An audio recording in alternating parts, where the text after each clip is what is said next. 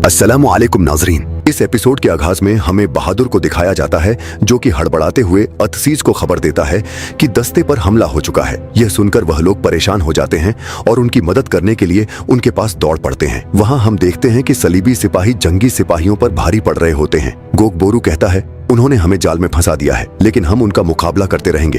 दूसरी तरफ बाइबोरा कहता है, उन्होंने अच्छी चाल चली है। इसी दौरान वह देखते हैं कि बाकी सलीबी सिपाही भी उनकी मदद के लिए वहां आ रहे होते हैं और उनकी तादाद काफी ज्यादा होती है। ये देखकर गोकबोरू ये फैसला करता है कि हम लोग पीछे हट रहे हैं। मंजर तब्दील करके जंगल में हम देखते हैं जहां जातिलियून अतसीज का रास्ता रोक लेता है। दोनों ग्रुपों के दरमियान शदीद लड़ाई शुरू हो जाती है। जातिलियून और अतसीज आमने सामने आ जाते हैं। जातिलियून अतसीज को जख्मी करके उस पर जाहिलाना वार करने लगता है कि यहाँ इदरीस आकर उसके इस वार को रोक लेते हैं और मौका देखते ही जातिलियून इदरीस के पेट में तलवार आर पार कर देता है। यह मंजर देखकर वहां पर मौजूद इदरीस के तमाम साथी उसे पुकार उठते हैं। अपने भाई को इस दर्द में देखकर उनसे बर्दाश्त नहीं हो पा रहा होता और उसे बचाने के लिए जैसे ही वह आगे बढ़ते हैं तो सलीबियों की तादाद ज्यादा होने की वजह से वह आगे नहीं बढ़ पाते। हर साथी कोशिश करता है कि वह इदरीस के पास जाए, लेकिन सलीबी सिपाही उन्हें रोकने में कामयाब हो जाते हैं। जातिलियून बेदर्दी से उसका गला काट देता है, लेकिन इदरीस अपनी आखिरी लम्हों में भी अल्लाह को पुकारना नहीं भूलता और कलिमा ए शहादत पढ़ने लगता है।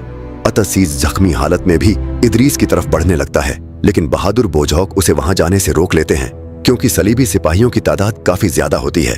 अगले मंजर में हम देखते हैं जहां सुल्तान सलाहुद्दीन अय्यूबी बोरू की मुकर्रर की हुई जगह पर पहुंचते हैं तो वहां लाशों का अंबार लगा होता है। हर तरफ जंगी सिपाहियों की लाशें होती हैं। इसी लम्हे दरख्तों में से बालिन और उसके सिपाही नमूदार होते हैं। बालिन सुल्तान के सामने खड़े होकर उनसे कहता है कि अगर उन्होंने अपनी जिद न छोड़ी तो एक एक करके अपने लोगों को मरते देखेंगे। जातिलियून अपने सिपाही से थैली लेकर वह थैली सुल्तान की तरफ फेंकता है। सुल्तान के सिपाही थैली को उठाकर जैसे ही उसके अंदर देखते हैं तो इदरीस का कटा हुआ सिर मौजूद होता है। यह देखकर तमाम सिपाही काफी परेशान और गमगीन हो जाते हैं और सुल्तान गुस्से से बालिन की तरफ घूर रहे होते हैं। और यहाँ सलाहुद्दीन अय्यूबी अल्लाह की कसम खाते हैं कि वह बालिन के लिए दुनिया तंग कर देंगे। वह जहां भी होंगे जिल्लत उनका मुकद्दर होगी। जिस पर बालिन सलाहुद्दीन अय्यूबी से कहता है कि कउद्स की ख्वाहिश की वजह से उन्हें इतना नुकसान उठाना पड़ रहा है। सलाहुद्दीन अय्यूबी कहते हैं कि कउद्स हमेशा मुसलमानों का था, यह मुसलमानों की जमीन है और हमेशा यह जमीन मुसलमानों के मातहत रहेगी। अगर मैं मर गया तो मेरे जैसे हजारों सलाहुद्दीन इस जमीन की हिफाजत करेंगे। और सुल्तान के सिपाही जोड़ास को सामने लाते हैं। यह देखकर बालिन परेशान हो जाता है। सुल्तान कहते हैं कि अपने उस्ताद की जान के बदले वह अपने तमाम सिपाहियों को वापस बुला ले। अगर वह ऐसा नहीं करता तो वह अपने उस्ताद का मरा हुआ मुंह देखेगा। यह देखकर बालिन सोच में पड़ जाता है और आखिरकार वह यह फैसला करता है कि वह लोग पसपा हो रहे हैं। बालिन कहता है कि वह बहुत जल्द अपने उस्ताद को तुम लोगों के कब्जे से आजाद करा लेगा। अबीलिन की फतह तुम्हारा ख्वाब और शिकस्त तुम लोगों का मुकद्दर रहेगी। जिस पर सुल्तान कहते हैं कि कगिले की तरफ वापस जाओ और वहां पर अपनी मौत का इंतजार करो। इसके बाद बालिन अपने सिपाहियों के साथ पसपा होने का फैसला करता है और वहां से चला जाता है। जंगल का मंजर हम देखते हैं जहां अतसीज इदरीस के गम में अपने आंसू बहाए जा रहा होता है और कहता है कि पहले अरफा और अब इदरीस ने मेरी जान बचाई और दोनों मेरे शेर शहादत का जाम नूश कर गए। इसी लम्हे गोक बोरू भी अपने सिपाहियों के साथ वहां पहुंचता है। अतसीज के रोने की वजह पूछने पर उन्हें मालूम होता है कि इदरीस की शहादत हो गई है। यह खबर सुनकर वह काफी गमगीन होते हैं। अतसीज काफी गुस्से में अपनी सुर्ख आंखों के साथ गोक बोरू से कहता है, तमाम सिपाहियों की मौत का जिम्मेदार सिर्फ और सिर्फ बोरू है। अगर वह तमाम फौज को तकसीम न करता तो आज यह सलीबी हम पर हमला न करते और हम अपने प्यारों को इस तरह न खोते। इसकी वजह से कितनी कीमती जानें जाया हो गई। इसी लम्हे हम देखते हैं कि बोरू सायरा और अली की मैयत के साथ वहां पर पहुंचता है।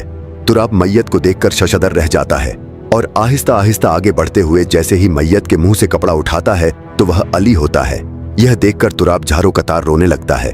यह देखकर गोक बोरू और काराकुश बोरू पर चिल्लाने लगते हैं। उससे कहते हैं कि हमने तुम्हें समझाया था, तुम्हारी जिद की वजह से हमें शिकस्त का सामना करना पड़ा और अगर तुम फौज को तकसीम न करते तो इतनी कीमती जानें जाया न होती। अतसीज बोरू पर गुस्सा होने के साथ साथ सायरा पर भी बरस पड़ता है कि उसकी वजह से हमें इतना नुकसान उठाना पड़ा। बोरू को जब इदरीस की शहादत का पता चलता है तो वह भी चौंक जाता है। इसी लम्हे वहां पर सुल्तान पहुंचते हैं। अली की मैयत को देखकर वह काफी परेशान हो जाते हैं और आगे बढ़ते हुए वह अली की मैयत के पास पहुंचकर इन्ना लिल्लाहि व इन्ना इलैहि राजिऊन पढ़ने के साथ उसका चेहरा ढांप देते हैं। बोरू सुल्तान से कहता है कि उसके पास वक्त बहुत कम था, इस वजह से मैंने यह फैसला किया कि सायरा को मैं सलीबियों के रहमो करम पर नहीं छोड़ सकता। लेकिन सुल्तान उस पर बरस पड़ते हैं। सुल्तान का गायज़ो गाज़ब देखकर वह खामोश हो जाता है और उसकी सुल्तान के सामने बिल्कुल नहीं चलती। सुल्तान उससे कहते हैं कि तुम्हारी बार बार जिद की वजह से हमने कई सिपाहियों को खोया है। सुल्तान अपने सिपाहियों से कहते हैं कि अबीलिन के लिए फौरन जंगी खैमा तैयार किया जाए। यह कहकर वह वहां से चले जाते हैं। पीछे बोरू पर भी उसके साथ ही अफसोस करके वहां से चले जाते हैं। कहुत्स का मंजर हम देखते हैं जहां विलियम सबीला के पास आकर उससे बताता है कि लॉर्ड गाय अपने इख्तिताम को पहुंच चुका है, जिस पर वह खुशी से हंस पड़ती है।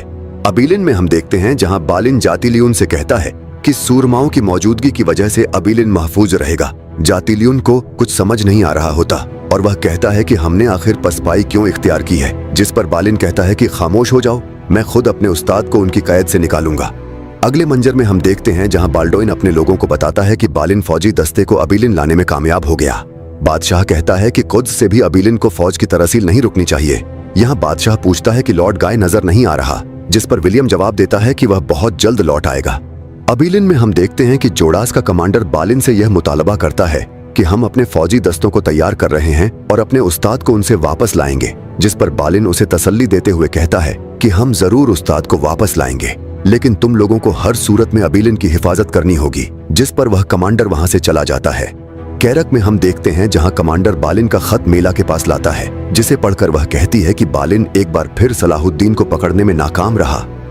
अब जाहिर है कि मैं बालिन की दोबारा मदद नहीं करूंगी और वह फैसला करती है कि वह खुद जाकर हालात का जायजा लेगी।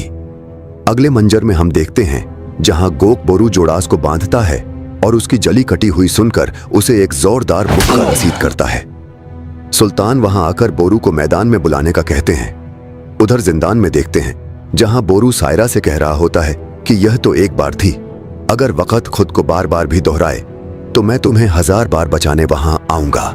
सुल्तान का जो भी फैसला होगा मुझे कबूल होगा। अगर सुल्तान के फैसले की वजह से मैं इस दुनिया में न रहा तो फिर इस दुनिया में मैं तुम्हारे साथ रहूंगा। बोरू की यह बातें सुनकर सायरा खुश हो रही होती है कि इसी लम्हे गोक बोरू खैमे के अंदर दाखिल होता है। प्यारे नाजरीन, आज की इस एपिसोड में यही कुछ था। उम्मीद है कि आज की यह एपिसोड आपको पसंद आई होगी। अगर आज की यह एपिसोड आपको पसंद आई है तो हमारे YouTube चैनल को जरूर सब्सक्राइब करें। हमारी यह ख्वाहिश है कि हम जल्द से जल्द 50,000 सब्सक्राइबर्स की फैमिली को कंप्लीट कर लें वीडियो के इख्तिताम पर। हमारी अल्लाह ताला से यह दुआ है कि जो लोग जहां से भी हमारी आवाज और वीडियो को देख रहे हैं, अल्लाह ताला उन्हें दोनों जहानों की खुशियां अता फरमाए। जो लोग गम में मुबतला हैं, अल्लाह ताला उनके गमों को खुशियों में तब्दील कर दे। आज की इस एपिसोड से हमें यह सबक मिलता है कि जल्दी में लिए गए फैसले हमेशा नुकसान का सबब बनते हैं। अल्लाह ताला हमें भी अपनी जिंदगी में सब्र के साथ फैसले करने की तौफीक अता फरमाए। शैतान के शर से हमें महफूज रखे। अल्लाह हाफिज।